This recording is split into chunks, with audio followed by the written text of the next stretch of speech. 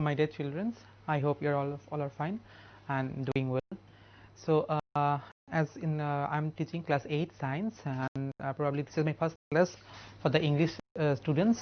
Anyway, so I hope you have all known about the syllabus have been reduced, and the reduced syllabus, I'm just writing the reduced syllabus first so you can have an idea what are the chapters included. The chapters, I'm just writing the chapter numbers so you can have an idea, and kindly note down the chapters that are reduced and included.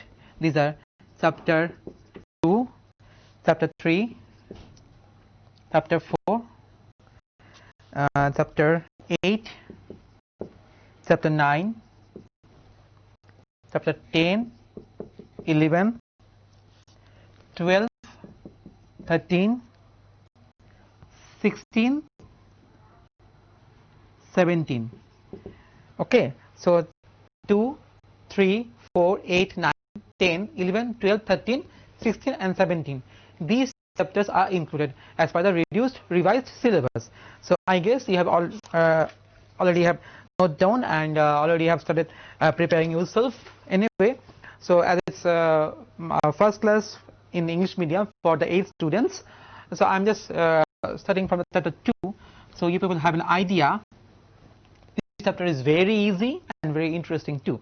So I will love to teach all these things, and I guess that you people also love to learn this thing. So let's start from chapter 2. Chapter 2 is all about the microorganisms. All about microorganisms. Now first of all, we have to know what is micro. The first, there is two terms, micro, and there is one more term, that is the organism. So first of all, we have to know what is the term. Word means micro. The micro means small. Actually, small means which cannot be visible, which is not visible by naked eye. So the word micro means the very small, and actually those are not visible by naked eyes are known as the micro. Okay, so the micro is very important. An organism means what? Any living things. Any living things. Living things.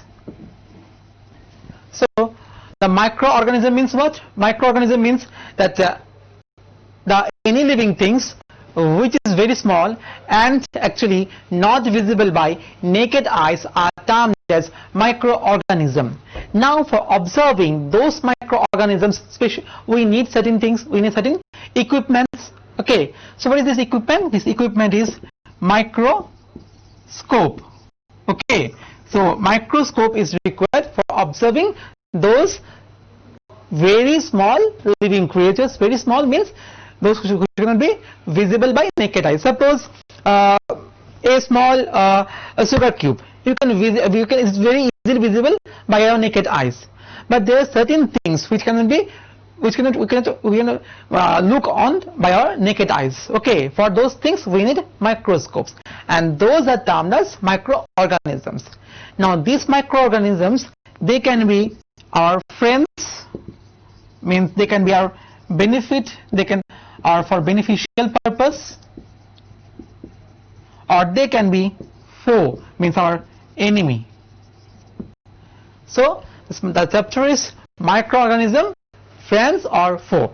So this is very interesting chapter, because so I guess by this time you have already known that there are certain creatures or living things which cannot be visible by naked eyes, and for those things we require microscopes. Okay, and those microorganisms are friends or maybe our enemy, depending upon their property. So now we have to start this chapter. Okay, so the microorganisms,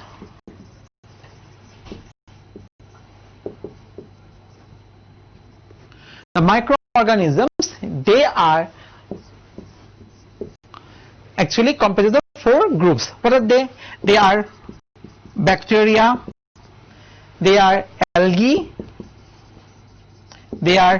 it includes fungi, and also the virus. So the microorganisms, they includes the bacteria, the algae, the fungi, the virus, and also the protozoa. So the bacteria, algae, fungi, virus, and protozoa are the microorganisms. Okay, now we have to learn about those things, means those each category. The bacteria, we have to know about bacteria, you have to know also about algae, fungi, virus, and protozoa. This is very interesting. Okay, now let us start from bacteria.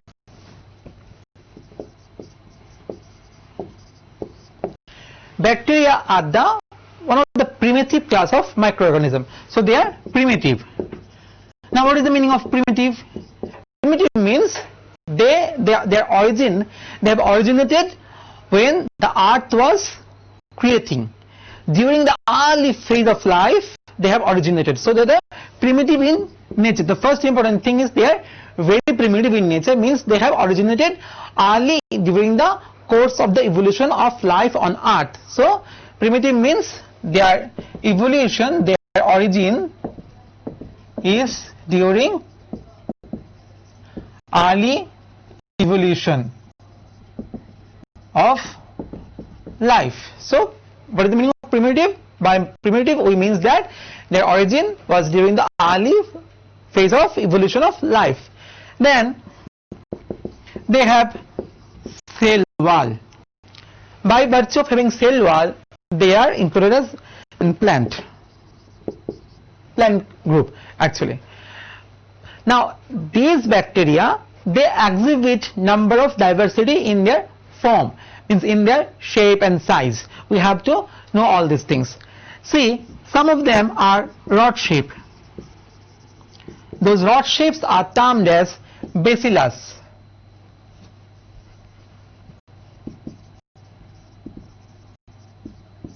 These are as rod shape. They are bacillus shape. Okay. Some of them are round shape.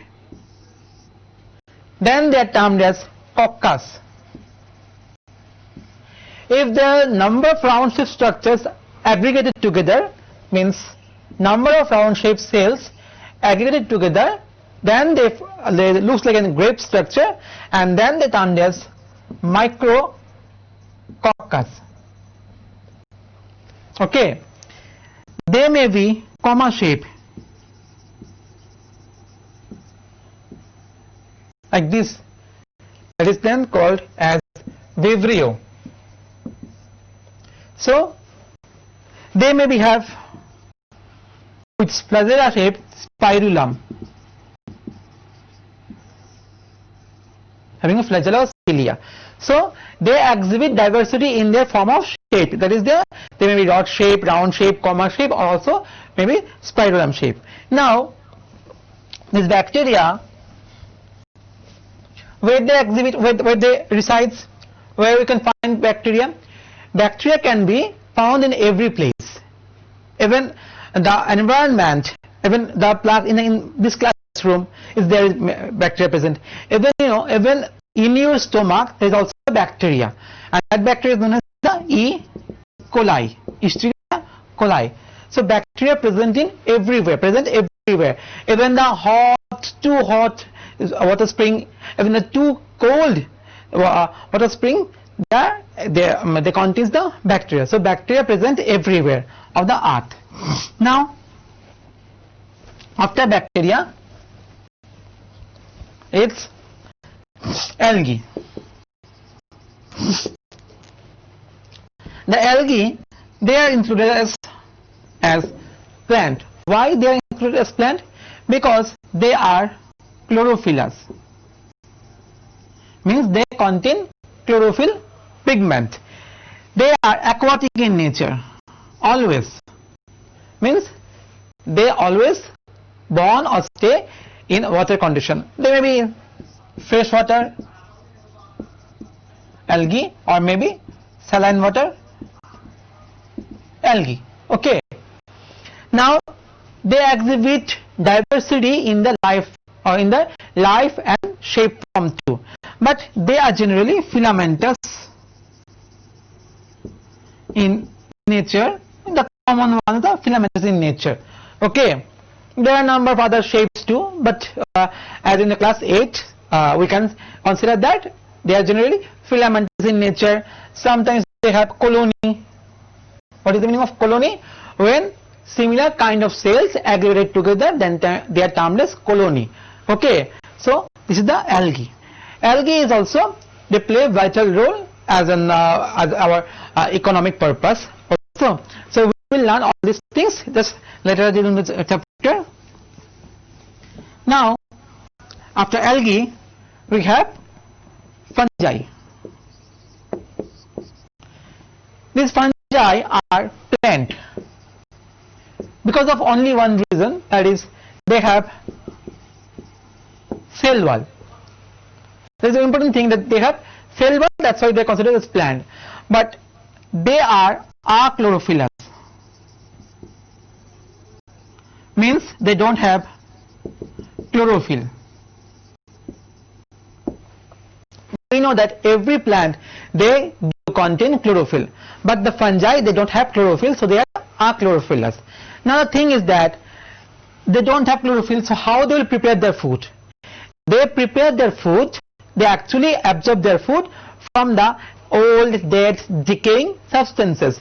That's why they are known as the saprophytes.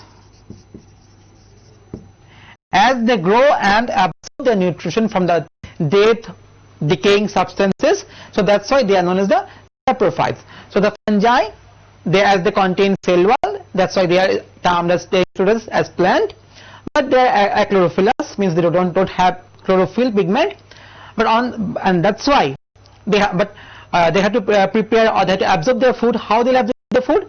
They absorb their food from the dead, decaying substances, and that's why they are termed as the saprophytes. So it's very easy now. Now the interesting thing is that virus. Today schools are closed and we are not able to come in contact with you people directly. So because of only one reason, because of the pandemic, and this pandemic caused by the coronavirus. Okay, this is COVID. Now the virus is very interesting, you know why? Because they represents life form only in host, and they exhibit as a non-living form outside the host body. So how interesting, they exhibit their living form only within the host body, and they exhibit their non-living form outside the host body. The virus, they are made up of protein. Their body is made up of protein, entirely protein, and within the protein mask, they include their DNA or the RNA, which is their genetic material. Okay, the virus they also exhibit, they are of different shape. Okay, we have in a general, in the chapter there is one virus which is called the T4 virus. Let me draw the T4 virus. It's very easy, the T4 virus shape.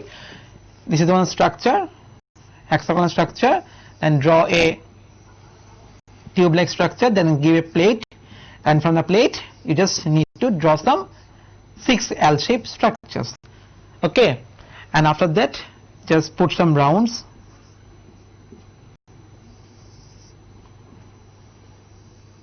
and that's the virus, and within that hexagonal structure and put some thread-like structures. That is all about virus. So it's very easy, the T4 virus shape. Now let us study this. The T4 virus, this is called the head. Okay, this is called the neck. This is called the tail. This is called the spiracles, or we can say this is the pins, and this is the DNA oblique the RNA.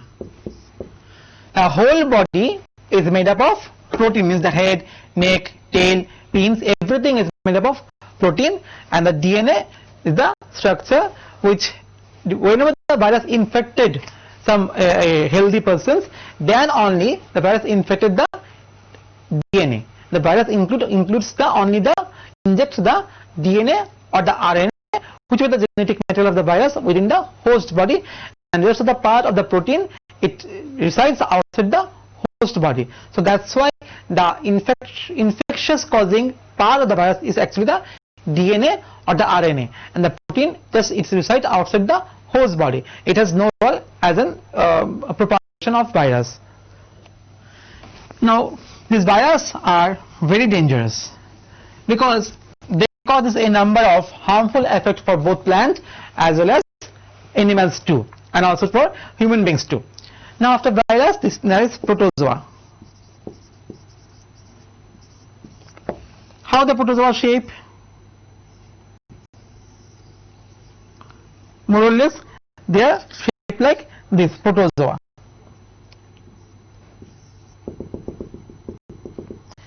Now protozoa, they don't have any cell wall, or they don't have exact any kind of cell membrane structures. They are protozoa. They are primitive also, like the bacteria. The protozoa are also primitive in nature. So the microscopic organisms, they include what? In the microscopic organisms, we include the bacteria, the virus, the fungi, the protozoa, and the algae. Fine. So we have already have an idea about the microscopic organism. Now the microscopic organisms, they have a number of beneficial as well as number of harmful effects. Now we have to discuss all these things because we have to know which organism is important for us and which is not important for us. So let us start from the beneficial.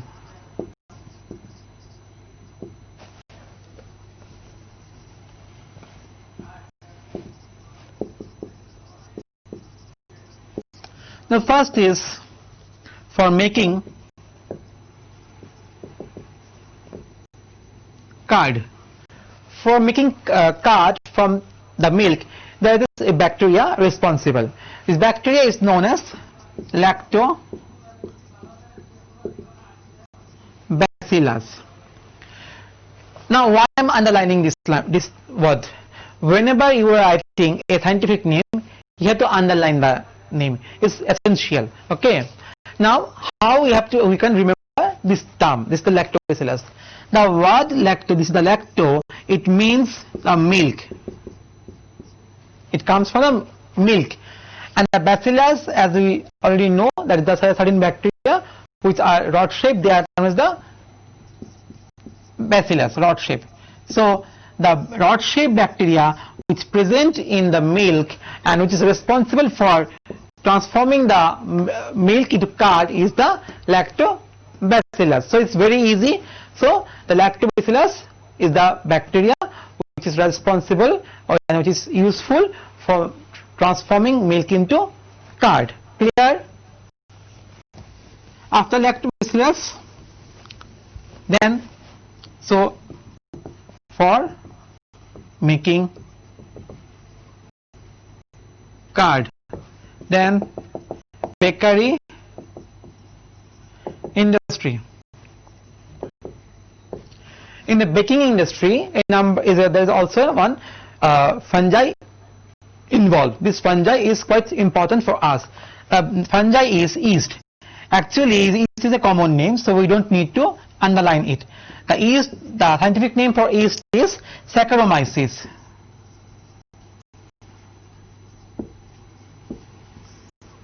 The Saccharomyces is responsible in the baking industry, and it is used for making the number of cakes and other things. Okay, cakes, buns, etc. So without Saccharomyces, we cannot able to prepare cakes, buns, breads, everything. So this is very important, this Saccharomyces. Now use of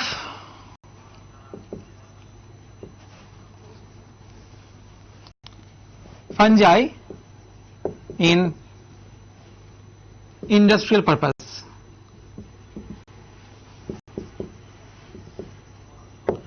See, alcohol is one of the important industrial product. Okay, from alcohol you can go for vinegar, etc. other things. This alcohol is used, means the rectified spirit is used for in everywhere, you know, in the scientific lab, in a medical lab, this rectified spirit is used, okay, from the alcohol. Now, for making the alcohol, you need certain bacteria and fungi too. Yeast transforms sugar into alcohol through a process. This process is known as the fermentation.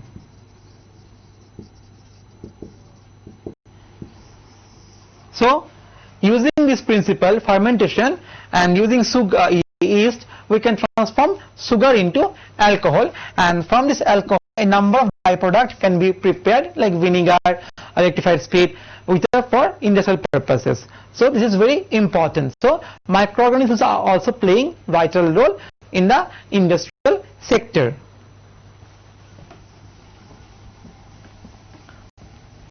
Then for the medicinal purpose,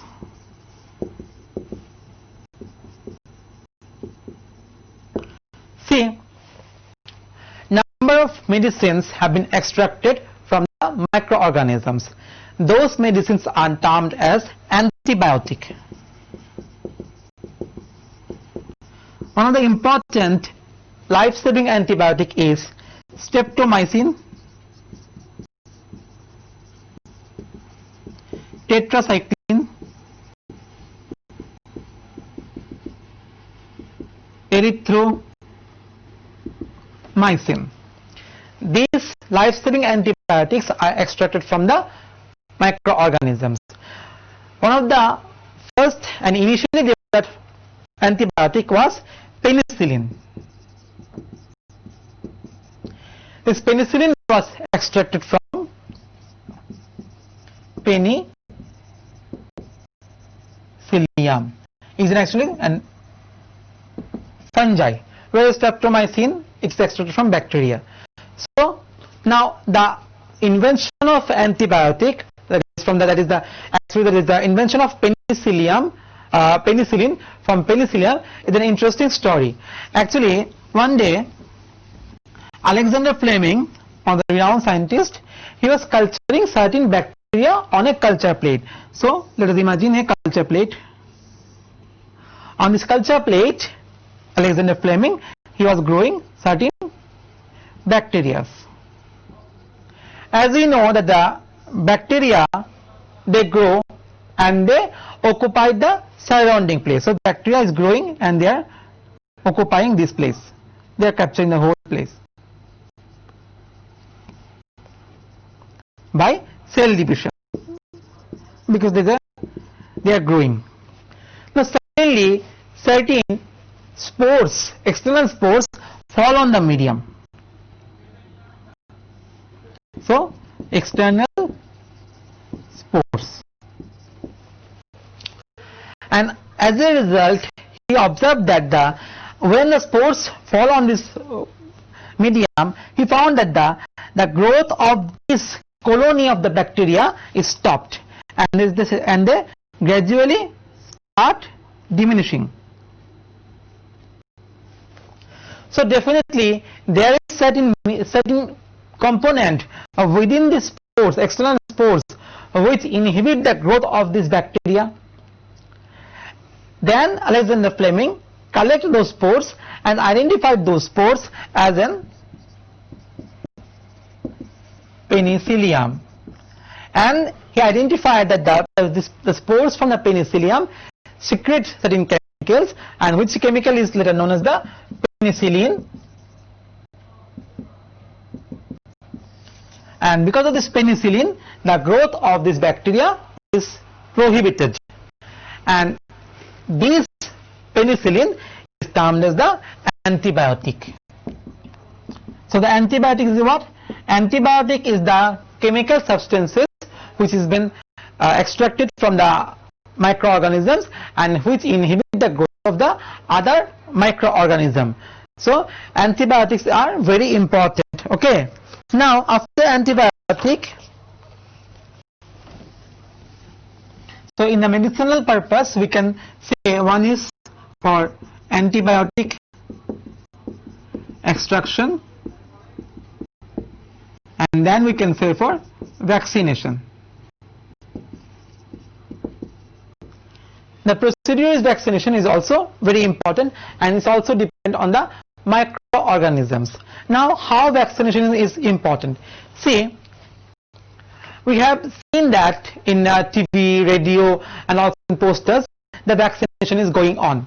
Okay, and the doctors are always asked to the newborn baby mothers to provide them the vaccination on due course of time. So what is vaccination? Whenever our body is infected by antigens, our body develops certain chemicals within us. Those chemicals are, or those proteins are known as the antibody. So what is antigen? Any foreign particle, any foreign particle outside our body is termed as the antigen. Even the spores, the pollen grains, the dust, they are antigen. They are foreign particles for our body. Whenever the antigen they go inside our body develops antibody. The antibody interacts with the antigen, and as a result, the antigen antibody interaction, the antigen precipitates. If the number of antigen is high as compared to the number of antibody, and the antigen is growing so fast, then in that case our body will suffer due to disease. So the antibody is actually responsible for our immunity.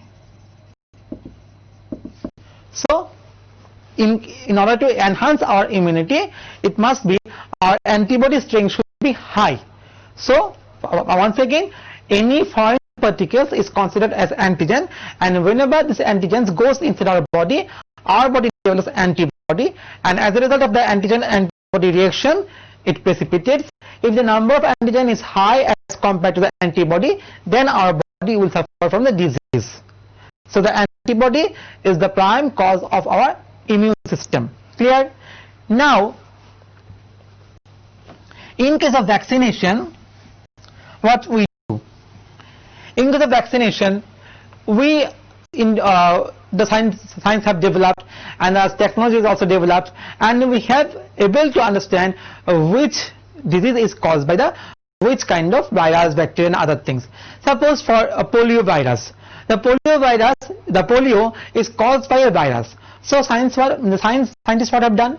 They have extracted the virus, and we know the virus is made up of the protein and the DNA or the RNA, depending upon the virus. The virus may be DNA virus or virus may be RNA virus. And in my first chapter, initially I have told that whenever the virus infect our body, they infect actually the DNA or the RNA, and the protein resides outside the body. The protein has no role in infection. Okay. Now, what the science have developed? The scientists, they extracted the virus, and after that they extracted the protein, and a small amount of heat killed protein is injected to the body. A small part of the heat killed protein of that virus is injected to the body. The protein has no role in infection, and moreover the protein is heat killed. Okay, but as it is a foreign particle within the body, there will be developed antibody. This is the foreign particle, so definitely it is an antigen. In countering the antigen, the body develops the antibody. Okay. Now the antigen amount is very minimum, and it is it has no role in causing the infection. So the antigen antibody interacts and it precipitates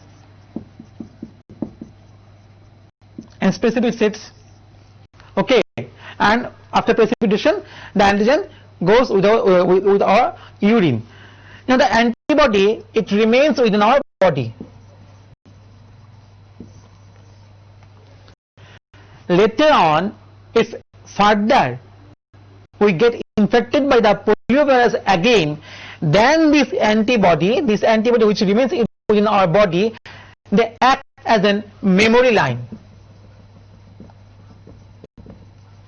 And whenever this virus infect us, if any time this virus infect us again for the second time, during that time that antibody, they again act as a memory line and they act as a first line of defense.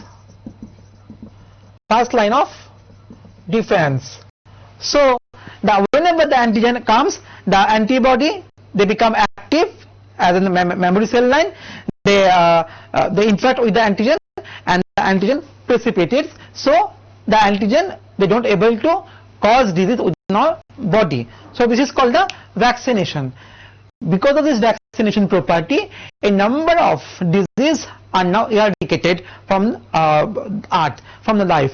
Actually, the polio virus, it is one of the deadly virus. Now because of the vaccination property, it is now eradicated from universe.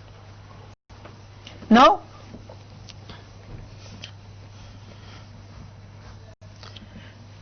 then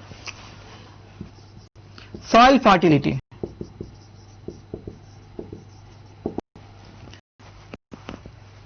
These microorganisms have tremendous role in increasing the soil fertility. How? It can be by two processes, either by nitrogen fixing by rhizobium.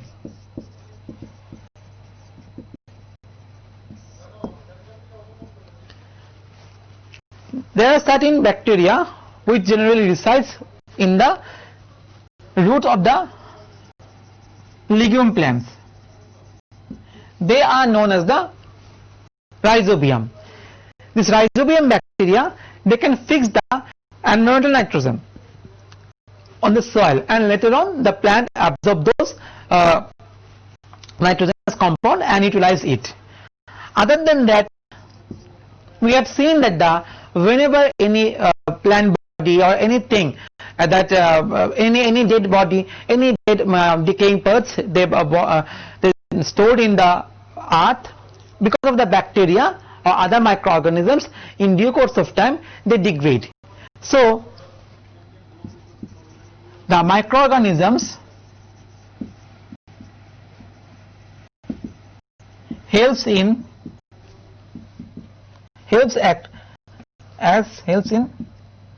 degradation process. So the microorganisms, they also helps in the degradation process. So by this also the soil fertility increased. So now you understand that the microorganisms, they are quite important from the beneficial point of view, as they are how they are beneficial. First of all, we understand that the microorganism lactobacillus is used for preparing curd from milk. Then the Saccharomyces is useful in the baking industry. Number of microorganisms like Saccharomyces, they are also useful in preparing the alcohol from the sugary substances. Number of life-saving drugs are also isolated from the microorganisms, like streptomycin, tetracycline, erythromycin. On the first developed antibiotic was penicillin, invented by Alexander Fleming. Then vaccination is also through microorganisms. We have developed the process of vaccination, and increasing the soil fertility, microorganisms play vital role. Despite of all these facts, the microorganisms are also harmful at certain point. Now how? Initially, let us start from plants. In plants, number of diseases are caused by the microorganisms, like TMB. that is the tobacco mosaic virus. This tobacco mosaic virus, how it looks, it has protein shell outside, as we already know that the virus is made of the protein shell and the DNA. It is a number of protein shell, and this protein shell encloses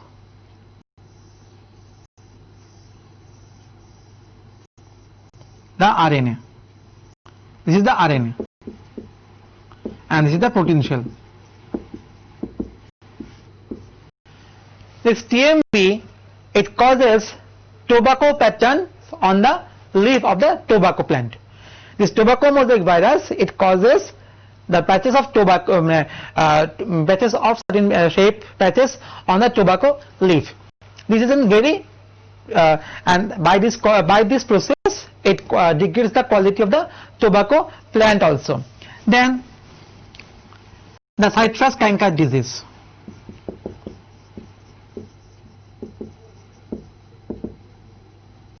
The citrus canker disease is also caused by the virus. Then we have the rust disease caused by the fungi. The rust disease of wheat. The rust disease of wheat is caused by fungi, and the citrus canker disease is caused by the bacteria. So we have seen that these fungi and the bacteria, they are also causing harm for the plant also. Then about the human beings, a number of diseases are caused by the microorganisms. Let us discuss one by one. First of all, the polio caused by virus, and typhoid, cholera, they are caused by bacteria, and then malaria is caused by protozoa. So number of diseases like polio, typhoid, cholera, malaria, okay, all these are caused by certain microorganisms. Now in case of malaria, there is a special kind of the malaria parasite is protozoa, but it is spread by mosquito. Spread by mosquito. Mosquito have special role in spreading the malaria. On the other hand, typhoid, cholera, these are spread by, they are called as waterborne disease. Okay, they are called as waterborne disease because water plays a vital role in spreading these two diseases. However, it's caused by bacteria. On the other hand, the mosquito is the vector of this disease, and protozoa is the causal organism for malaria. Question may come, who is the vector organism for protozoa for malaria? The answer is the mosquito. Okay, who is the vector? What is the typhoid is a waterborne disease, or is an airborne disease, is a waterborne disease. Okay, you have to remember all those things. In my initial classes, I have already given some questions from this chapter. I guess you have collected these questions, but still, if you require it, I will give you the questions from the text inside the questions for you can prepare yourself. Now, in the last part of this chapter, there are certain topics also included, like food conservation or food preservation. Now, food preservation is very important.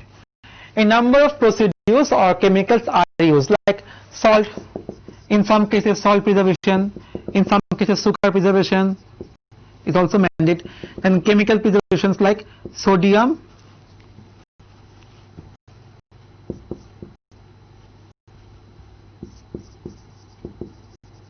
benzoate, and sodium metabisulfate.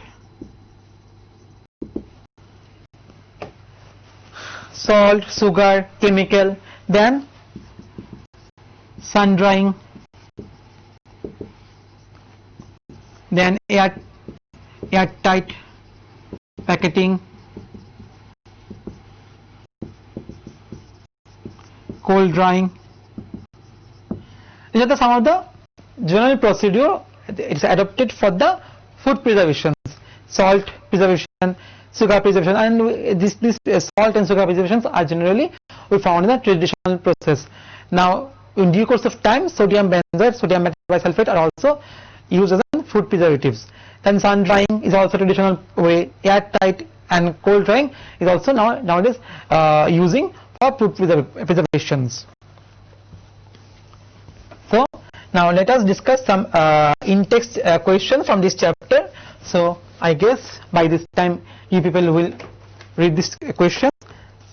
Now the first question is, what do you mean by understand by microorganisms? So what is the answer? Microorganisms are those organisms which cannot be visible through naked eyes, and for them we need a microscope. So microorganisms are what? Microorganisms are those living creatures which cannot be visible through naked eyes, and for them we require a microscope. Now the second question is, what are the parts of, not part, categories of microorganisms? What are the categories of microorganisms? The virus, bacteria, protozoa, algae and fungi are the categories of the microorganism. You can write the questions also. Then define virus. So what is virus? Virus is a microscopic organism which exhibit life form outside the inside the host body and exhibit non-living form within the outside the host body. So what is virus? Virus are the microscopic form, microscopic organism which exhibit non-living features outside the body and living features within the body. Then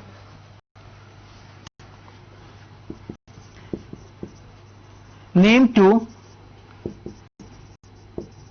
protozoa caused disease. What the answer will be? Malaria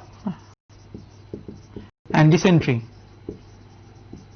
So malaria and dysentery is the two protozoa causing disease. Then name two virus caused disease. The answer is chickenpox, and we can say the polio. Okay. Then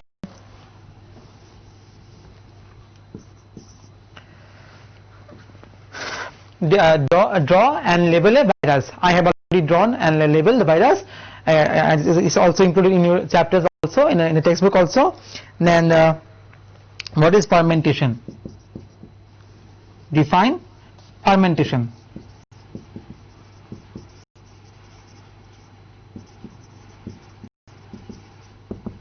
And what is its importance?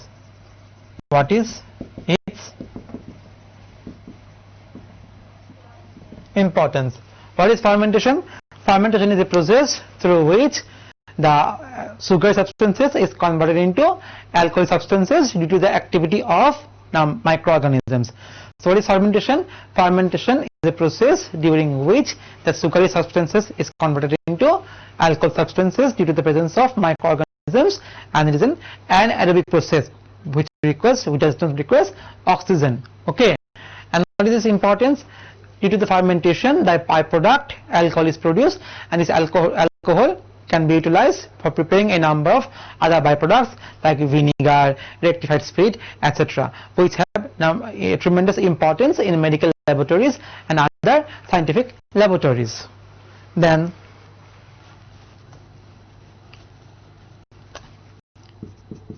name two antibiotics.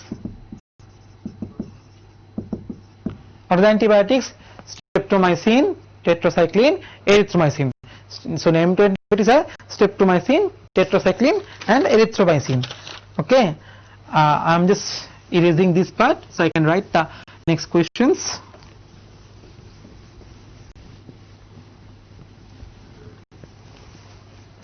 Then that who invented penicillin? Who invented penicillin? Alexander Fleming invented penicillin. Then why antibody are formed? Why antibody are formed?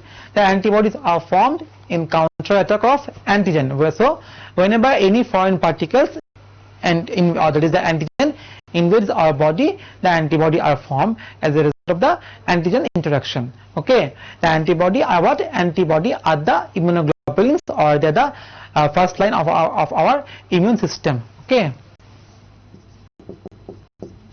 then who first invented vaccination? Who first invented vaccination? Edward Jenner.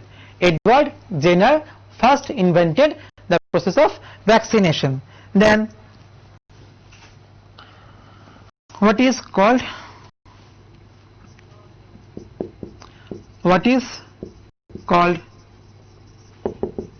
infectious disease? What is called infectious disease? The disease which are spread from an infected person, from a diseased person to a healthy person, either by water, air, or any other vector like mosquito. So what is infectious disease? The disease which is spread from a diseased person to a healthy person by a number of means of process like water, air, or vectors like mosquito. Okay, so this is called the infectious disease. Like, as for example, corona is also infectious disease, because this corona is spread from a disease or infected person to a healthy person by a mean of spread of how? By in contact, or also through sneezing. So it's an infectious disease. Then how microorganisms increase the soil fertility? How? We have already known that there are certain bacteria known as the rhizobium. This rhizobium bacteria, they resides in the roots of the leguminous plant, and this rhizobium bacteria, they can absorb the nitrogen from the soil, and by this way they can enhance the soil fertility. Okay, now during antibiotic dose,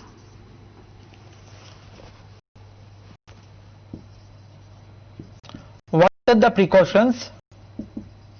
What are the precautions we should follow during the dose of antibiotic? What are the precautions should we follow? First of all, we should not take antibiotic without the permission or concentration of the medicine. So first of all, we need to take the antibiotic only whenever the medicines they prescribe us. First, then we should complete the course of the antibiotic. Then the antibiotic, we should not take the antibiotic without any cause. Okay, so these three things are very important. First of all, we have to always remember that the antibiotic are only responsible for the killing, or for to just eliminate the bacterial disease, not other kind of disease, because the virus cannot be killed by antibiotic. So we can always take the antibiotic only whenever the medicines they prescribe us, and the dose need to be complete, and we cannot start antibiotic at any time. Okay, so for these three things we should always remember while taking the dose of the antibiotic. What is called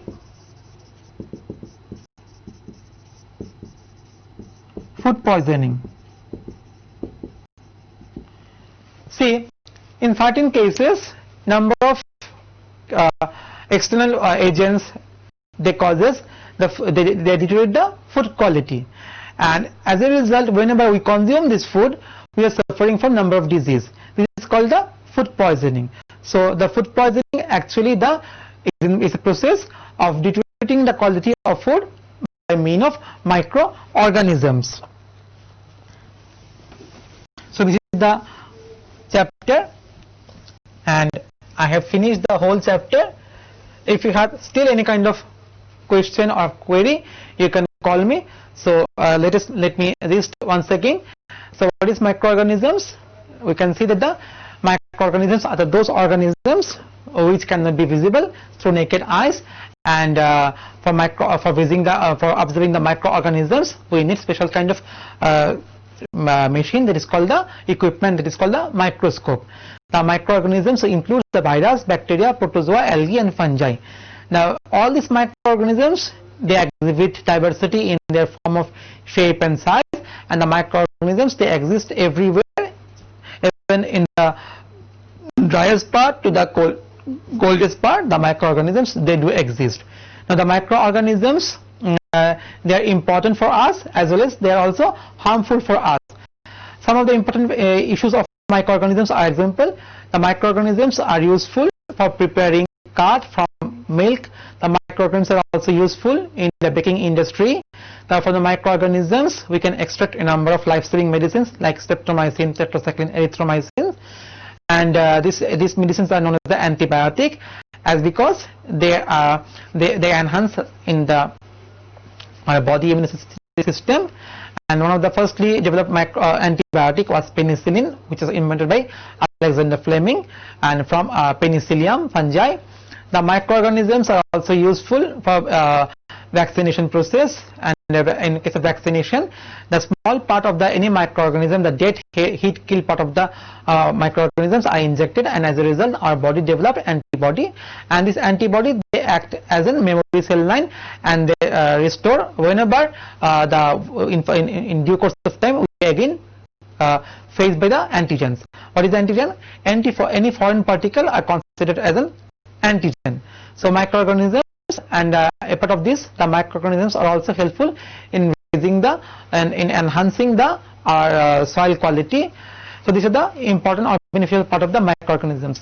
A part of beneficial part, the microorganisms, they also causes a number of diseases. For example, the microorganisms causes disease for human being and also for the plants.